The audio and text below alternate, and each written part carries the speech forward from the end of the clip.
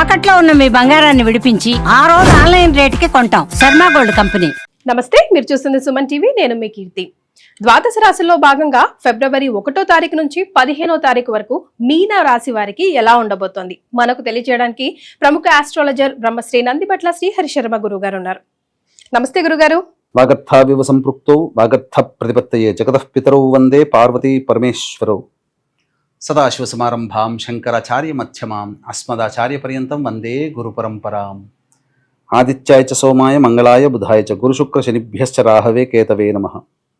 శృంగేరి జగద్గురు పీఠాధిపతులకి కంచి పీఠాధిపతులకి నమస్కారములు తెలియజేసుకుంటూ కార్యక్రమాన్ని ప్రారంభిద్దాం. గురుగారు, మరి ద్వాదశ రాశుల్లో భాగంగా మీన రాశి వారికి ఫిబ్రవరి 1 నుంచి 15వ తారీఖు వరకు ఎలా ఉండబోతోంది దయచేసి తెలియజేస్తారా? ఫిబ్రవరి 1వ తారీఖు నుంచి 15వ తారీఖు వరకు మీనరాశిలో జన్మించినటువంటి వారికి ఏ విధంగా ఉండబోతుందో తెలుసుకునే ముందు గ్రహ స్థితిగతులు తెలుసుకుందాం.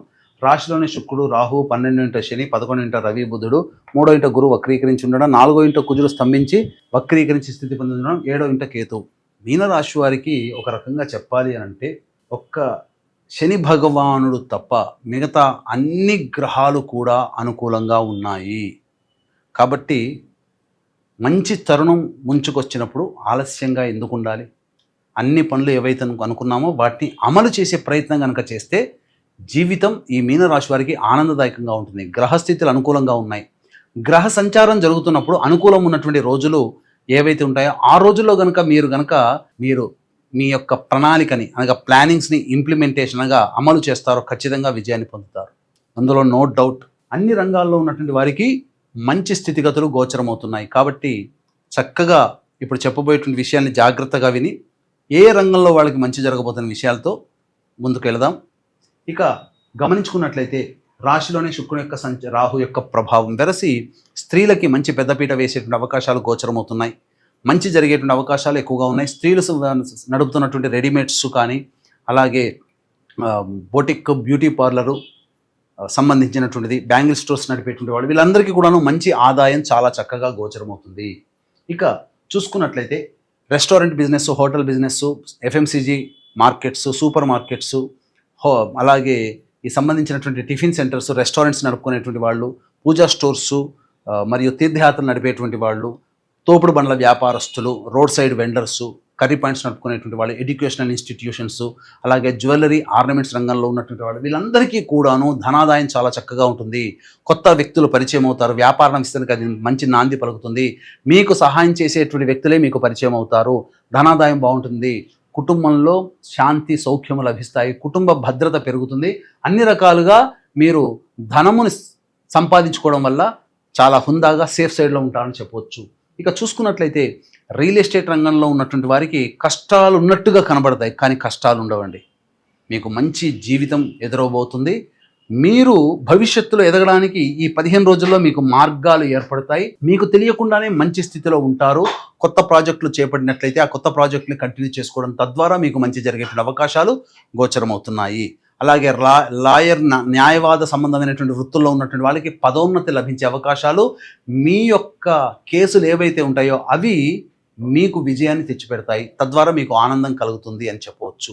ఇక రైతులైతే మీరు ఏది చేసినా కొత్త పంటల జోలికైనా వెళ్ళవచ్చు, కమర్షియల్ పంటలు వేయవచ్చు, ఏదైనా కానీ మీకు ధనాదాయాన్ని తెచ్చిపెట్టే విధంగా పంటలు ఉంటాయని చెప్పవచ్చు. ఇక ప్రభుత్వ పరంగా పనిచేసేటువంటి ఉద్యోగస్తులు, ప్రైవేట్ రంగంలో ఉన్నటువంటి ఉద్యోగస్తులందరికీ కూడాను చాలా చక్కటి అవకాశాలు గోచరమవుతున్నాయి. ప్రమోషన్స్తో కూడుకున్నటువంటి జీవితం అనేటువంటిది ఉంటుంది. అలాగే ముఖ్యంగా గమనించుకున్నట్లయితే ఈ యొక్క ప్రభుత్వ పరంగా టెండర్లు కానీ కాంట్రాక్టులు కానీ నడిపేటువంటి వ్యక్తులు ఎవరైతే ఉంటారో వాళ్ళకందరికీ కూడా మంచి జరుగుతుంది. బిల్స్ పాస్ అవుతాయి. ధనాదాయం చక్కగా ఉంటుంది. అలాగే టెండర్ల వ్యవహారాల్లో మీకు గొప్ప స్థితి కలుగుతుంది. మీకు విజయాన్ని తెచ్చిపెడుతుంది. మీ టెండర్లు పాస్ అవుతాయి. ఇక ప్రధానంగా చూసుకున్నట్లయితే నిరుద్యోగస్తులకి 12వ తారీఖు లోపల ఉద్యోగాలు పెరుగుతున్నాయి. కాబట్టి జాగ్రత్తలు పాటించండి.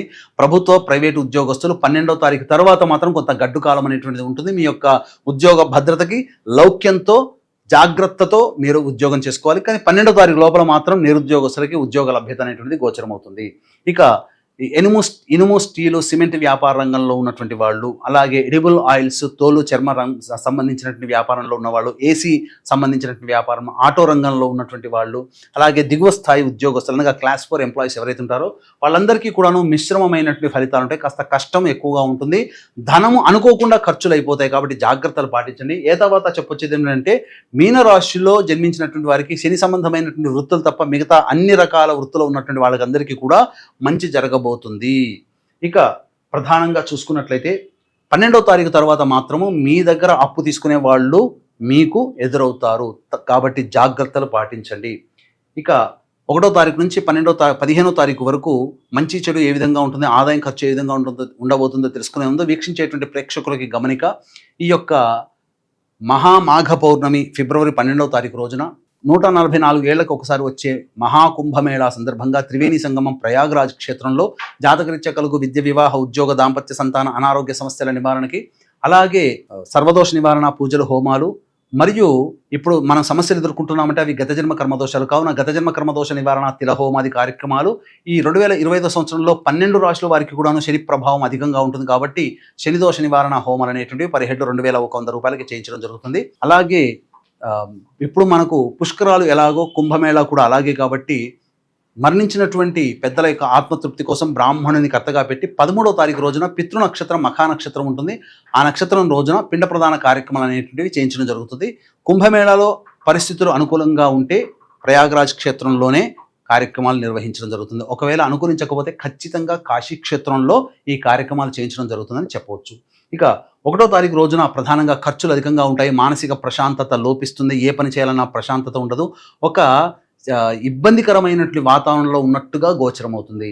ధనానికి కష్టాలు పడాల్సినటువంటి పరిస్థితి. ఇక 2-3 తారీఖుల్లో చూసుకున్నట్లయితే ఎన్నో రోజుల్లో పెండింగ్లో ఉన్నటువంటి పనులు పూర్తి చేసుకుంటారు. ఒక బాధ్యతను పూర్తి చేసుకున్నామనేటువంటి ఆనందం మీలో ఉంటుంది. అలాగే ప్రధానముగా మీరు విందులు వినోదాలు స్నేహితులు, బంధువులతో గడుపుతారని చెప్పవచ్చు. ఇక 4-5 తారీఖులో కనుక చూసుకున్నట్లయితే కుటుంబ సభ్యులతో వాగ్వివాదాలు పెరిగేటువంటి అవకాశం ఉంటుంది. కుటుంబపరమైనటువంటి ఖర్చులు పెరుగుతాయి, ఆకస్మికమైనటువంటి ఖర్చులు పెరుగుతాయి. కాబట్టి జాగ్రత్తలు పాటించండి. పెద్దవాళ్లతో విభేదాలు వచ్చే అవకాశాలు గోచరమవుతున్నాయి. ఇక 6, 7, 8 తారీఖులో కనుక చూసుకున్నట్లయితే మీరు ఈ చేస్తున్నటువంటి పనులలో ఇతరుల యొక్క సహాయ సహకారాలతో మీ పనులన్నీ పూర్తి చేసుకుంటారు.